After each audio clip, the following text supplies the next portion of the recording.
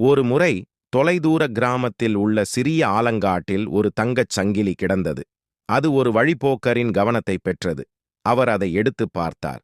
அது சிறிய, அழகான மற்றும் பல கற்களால் அலங்கரிக்கப்பட்டிருந்தது. ஆனால் அவர் அதை தன் சொந்தமாக எடுத்துக்கொள்ளாமல், இது யாரோ முக்கியமானதாயிருக்கலாம் என்று நினைத்து அருகிலிருந்த கோவிலில் ஒப்படைத்தார். சில நாள்கள் கழித்து சங்கிலியின் சொந்தக்காரர் அந்த கோவிலுக்கு வந்து அதை கண்டுபிடித்து திருப்பி எடுத்தார்.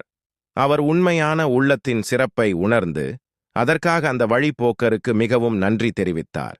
கதையின் நெறி: நேர்மையும் பரஸ்பர நம்பிக்கையும் மக்களை ஒருங்கிணைக்கிறது.